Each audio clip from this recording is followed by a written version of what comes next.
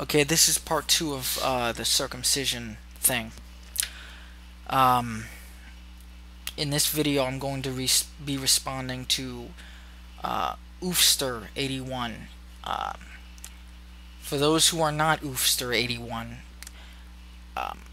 I consider him to be representative of the pro-circumcision community.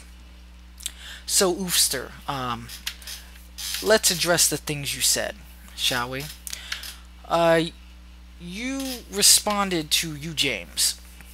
You said, anyway, this is the issue. It does have some medical advantages, exaggerated as they may be, versus some psychological, physical issues, exaggerated as they may be. But this is a decision that is best made early on in order for its medical advantages to be utilized. Grown people can take better care of their hygiene, unlike children, so it is a preventative measure to keep children healthy during childhood. My response to this was, then why can't you circumcise your baby girls? The clitoral hood and labia are the equivalent flesh. They have the same age-vulnerable cells. Your response was, equating male and female circumcision is absolutely stupid. Now, why is that, Ufster? From an embryological standpoint, the same flesh that becomes the foreskin becomes, before 7 weeks, it's indistinguishable from the flesh that becomes the clitoral hood and the labia. Let's look up circumcision. Circumcision, male circumcision, or male genital mutilation, well, the thing we're calling circumcision is the removal of the foreskin. Well, one of the most common types of female circumcision is known in several countries as Sunna circumcision. Type 1 is the removal of the clitoral hood. Now, that's not the most common type of circumcision. The most common type of circumcision is actually type 4. It's rather benign. Genital pricking or ceremonial cutting. No removal of anything. Type 1 is what is called circumcision. To be clear, a circumcision is simply the removal of either the foreskin or the clitoral hood. Now, a clitorectomy is the removal of the clitoris or part of the clitoris, the exposed parts. Excision is the removal of the clitoris and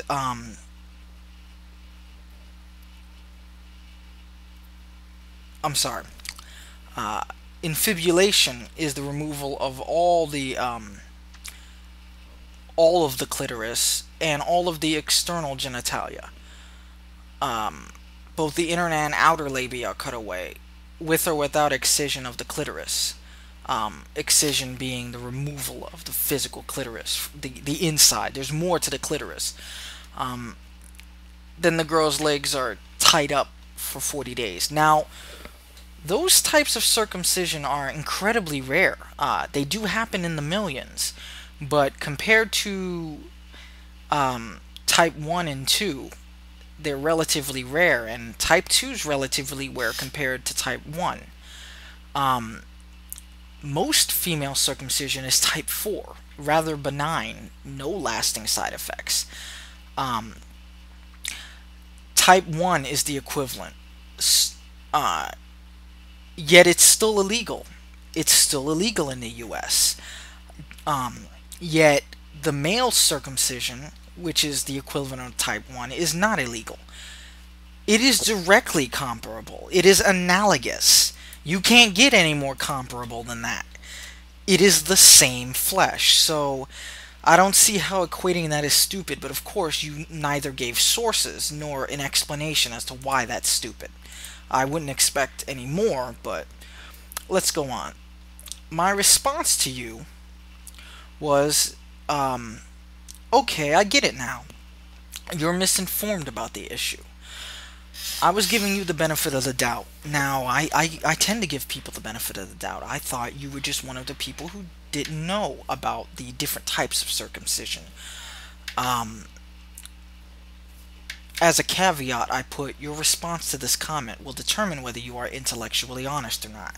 Now, what I meant by that was, if you watched the video, which was just 10 minutes, and could come up with potent arguments to refute that, then I'm all ears. Depending on how you respond, would reveal your level of intellectual honesty, basically the caliber of person that you are. This was your response. The opening of the video did it for me. He is claiming that it's somehow our instinctive approach to differentiate between sexes as the reason we think differently about male circumcision and female circumcision. Well, here is me thinking stupidly that there is actually a difference between males and females in terms of their genitalia. Boy, have I been duped. Pathetic. Now, of course, this is where the ad hominem attacks come in. You don't have a real argument, so one, you didn't watch the video all the way through. Two, you made a complete straw man of the video, which was inevitable since you didn't watch the video all the way through. He never claimed that the only reason we think differently about the two sexes, about circumcision, is because the two sexes are different. Yeah, no, that wasn't claimed. In fact, the entire video gave specific reason for why they're not different, why they're essentially the same, and why they're both unethical. You knew that. You knew that, and you stopped watching the video the same way creationists stopped watching videos about evolution. They just can't handle it. They cannot handle evidence against them. They don't like hearing it. It makes you squirm. My response to you was, the opening of the video did it for me, in quotation marks. I said that your response would indicate whether you are intellectually honest or not. You wouldn't even watch a 10-minute video that directly addresses all of your unsourced claims. You are literally incapable of listening to the other side. Watch the video, then refute the evidence cited in it. This is the point where you start getting mad because you have no evidence to support your view. Now, I gave you a little while to respond to that. You didn't. I had to go to work, so my last response was, you can respond to my comments and I'll address your points, or lack thereof, when I get home from work. This should give you plenty of time to find sources and make a compelling argument.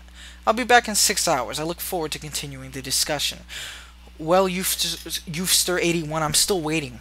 I'm still waiting for your comments. I'm still waiting for your reply. Feel free to reply on this video, but oh, that's a joke. We both know you're not going to. You're a coward. You wouldn't even watch a 10-minute video directly addressing an incredibly important issue. We both know where that puts you, and we both know how everyone's seeing you right now. So yeah, if you want to comment on this video, go ahead. To everyone else, this is the quality of pro-circumcision supporters. They don't. This is the limit of where they are. They will not follow your arguments to conclusion. They just don't care. They think parents have the right to circumcise no matter what. It's their right. It doesn't matter how harmful it is. It doesn't matter how unethical it is. They believe the parents should always get to decide. It's the parents' rights to do whatever they want to their child's body. No, it isn't. The third response will be to the Beach Grove Joe. This response is actually kind of crazy. I want you to see the things he said in his video in part 3.